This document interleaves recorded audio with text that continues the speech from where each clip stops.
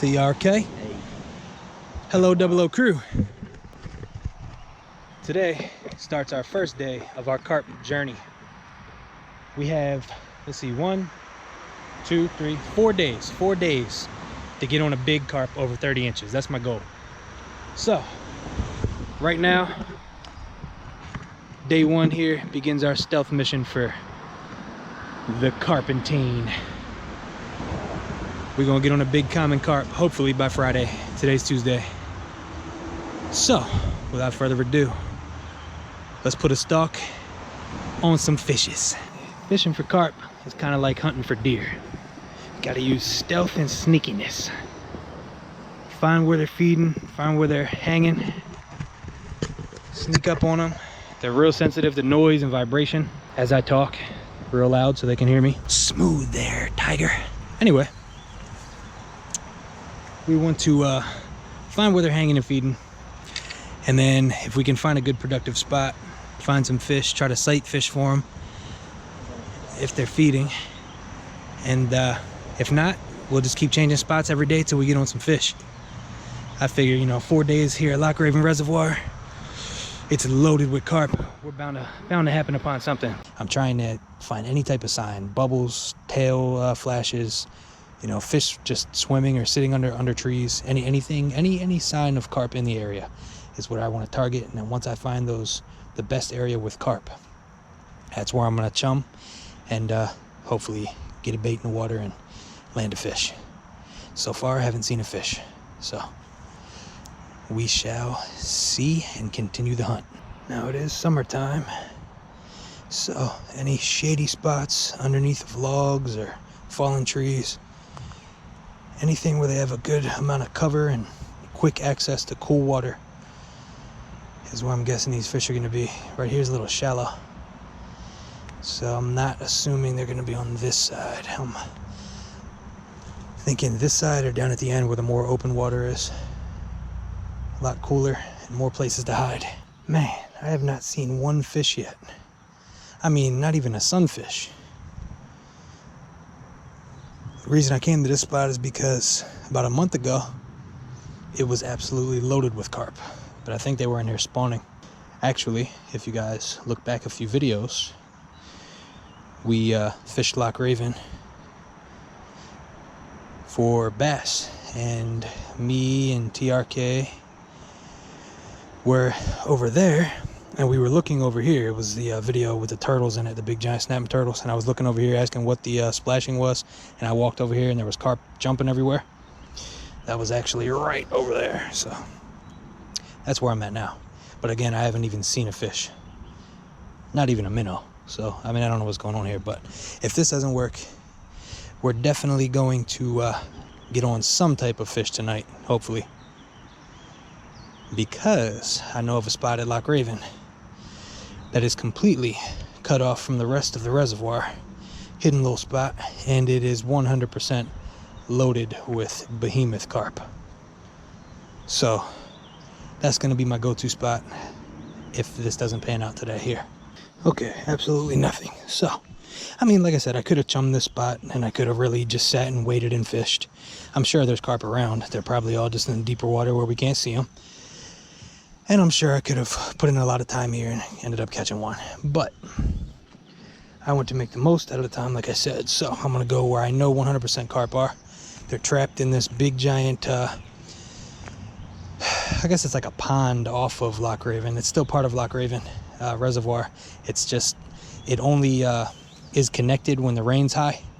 And when the rain's low, or when the water is low, you know, lack of rain, it disconnects itself from the rest of the reservoir. So all the fish that are in there are trapped. I mean, they're not trapped. It's not like fishing in a barrel. It's, you know, it's still a really big pond that they're in when they're trapped. But there's always carp in there. I've never been there and not seen carp, and big carp at that. So we're gonna go check that spot out. All right, guys. Here we are in the, well, almost to the next spot. Got a can of corn. Got 2 cans of corn, actually. I'm gonna chum 1 whole can, and then I'm going to use the other can for actual fishing bait. Might even chum a can and a half, I don't know. Because I I think I'm gonna fish this spot heavily because I know there's big fish here. So if I'm going with the logic that I went with before, then I'm gonna fish this spot heavily until Friday. And this is gonna be our go-to spot. So we're kind of using a little improv here. We're just going with the flow of things, and this is my new decision. It might change, it might not, but as far as now, this is my new decision. We're gonna fish this spot, chum the heck out of it, and get us some big fish. Just walked up to the spot. Right there, giant carp just broke. Right here in front of me, there's carp moving. Right there, there's carp feeding. Giant carp tail just came up right there. There's 2 carp tails out right there right now. I don't know if you can see that far. Carp right there on that side. This is loaded, absolutely 100% loaded. So I'm gonna sneak up to my spot, get it chummed, and boy, we are gonna do good, it seems like, because they're feeding and they're feeding hard. There are carp everywhere.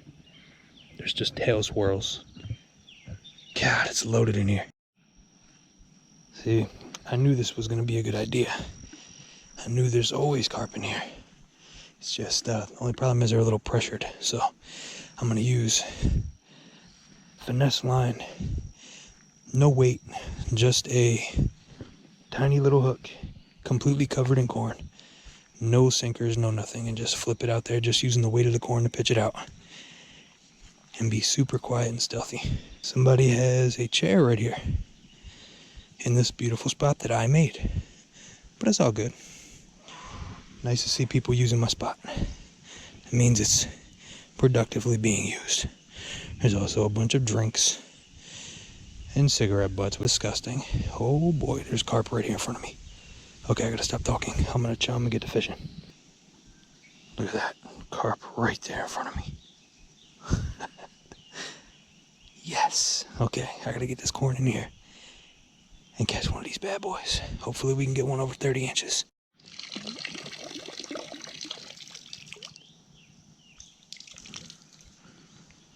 Okay, a couple of observations here. One, there's still carp everywhere, all in here. There's at least 5 or 6 of them right here in this little area. And out here, there's gotta be 20 or 30 of them. They're all over the place. 2, it took me about 3 hours to make this spot the day that I came back here and made it, and somebody completely trashed it, which pisses me off. If you bring trash in with you, take it out. It's not that hard. It's just utterly lazy and disrespectful to do anything other than that. Look at a big carp tail right there. Little fish keep jumping too, but that carp right there is about a 20 incher. Over there, they're breaking. Anyway, this bush right here has all these red berries on it. So I'm assuming those red berries might work. If they're falling into the water right here, then those carp are probably feeding right here on those berries as they fall in. And I think the other person that left this trash here thought the same thing because there's a bottle with the red berries in them. But yeah, I'm gonna chum this corn. Okay, so this is all I'm using. I have 20-pound braid tied to a barrel swivel, tied to 17-pound test monofilament, which might be a little heavy. So today will be the decider of that. If they're too finicky, then tomorrow I'll come back with a lighter line and a smaller hook. But I got a big mosquito hook, completely covered in corn. Got the line covered in corn right above the hook eye. So looks like a big glob of corn right there. In the other video, when I was here in this exact spot, actually, I showed you guys how to set that up. So let's try to get out here on one of these fish and see what happens. Look at the ripples here, guys. There's carp feeding right in front of me. He's pretty dang close to my hook too. This might be it. Okay guys, he's got it.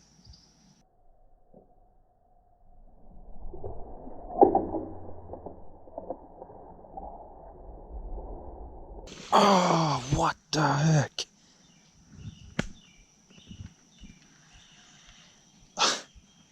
What happened? What in the world just happened? Maybe he felt the tension of the line and he went to jump to shake it as I went to set the hook. Yeah, I don't know what the heck happened. That was freaking weird. There he is. He's got it. He's got it. He's got it. There we go, guys. Why do I keep missing these fish? He's swimming right there. Well, guys, I think on that one, I jumped the gun a little bit. I went to set the hook. I set it on slack line, and I didn't reel all the way down to the fish and feel the weight and then set the hook. I got too excited, and he was swimming way out to the left real fast. So I tried to catch up to him, and as soon as I felt the weight, I guess, of the line, I just yanked and pulled it out of his mouth, I guess. I don't know. I mean, the hook still should have went in him, but I don't know. So this is the end of day one. We got 3 more days of this, and I think it's going to be productive. By the end of this little excursion here, we're going to catch at least one decent one. I mean, you can see how many dang fish are in here all day. There's one right here. All day they've been breaking, feeding, moving everywhere. This spot is absolutely loaded. I am going to, though, before we leave, bait this hook up one more time. Just see what happens. Glenny's got a carp on a fly rod. Dang, I wish I would have got the hook set. A small one. No, is it a catfish? What is that? That's a little carp. Little baby carp. Well, guys, I told you I was gonna wait before we left. Oh, he got off. I wasn't pulling drag. Yeah, it's the drag set really tight because you should have loosened it. Last time I fished for it, I was fishing for rockfish, so I had it a lot tighter. Hell? Yeah. Well, guys, anyway. Did he pull the hook off? No. He just popped out. And he caught a little carp right there. Or almost caught him. That was really quick. You literally put it in, and not even a minute later, you had that. Okay. That was quick again. Glenny's getting another bite already on that corn.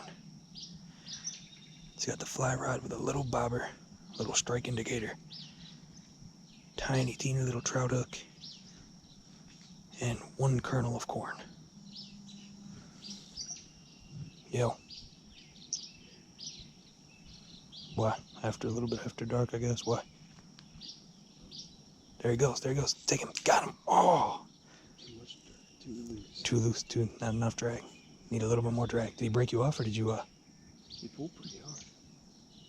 He broke me clean. Broke you clean off. That was a big one. Hey, I gotta go. Bye.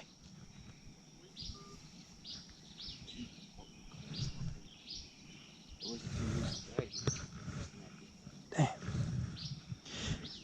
Well, I was on the phone with Alec while that happened, but yeah, whatever that was broke him clean off. That was instant. Again. So we're gonna give that one more try. And then, for one last final time, we will see you back here tomorrow. I got one over here. Potentially.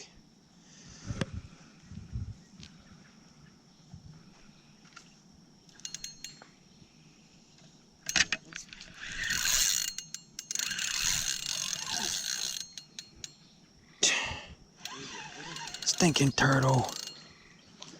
No. What are you doing? Dang it, guy. Come on. Common snapper.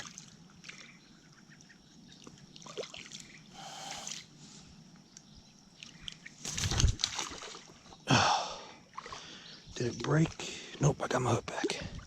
Cool. Well, snapping turtles like corn.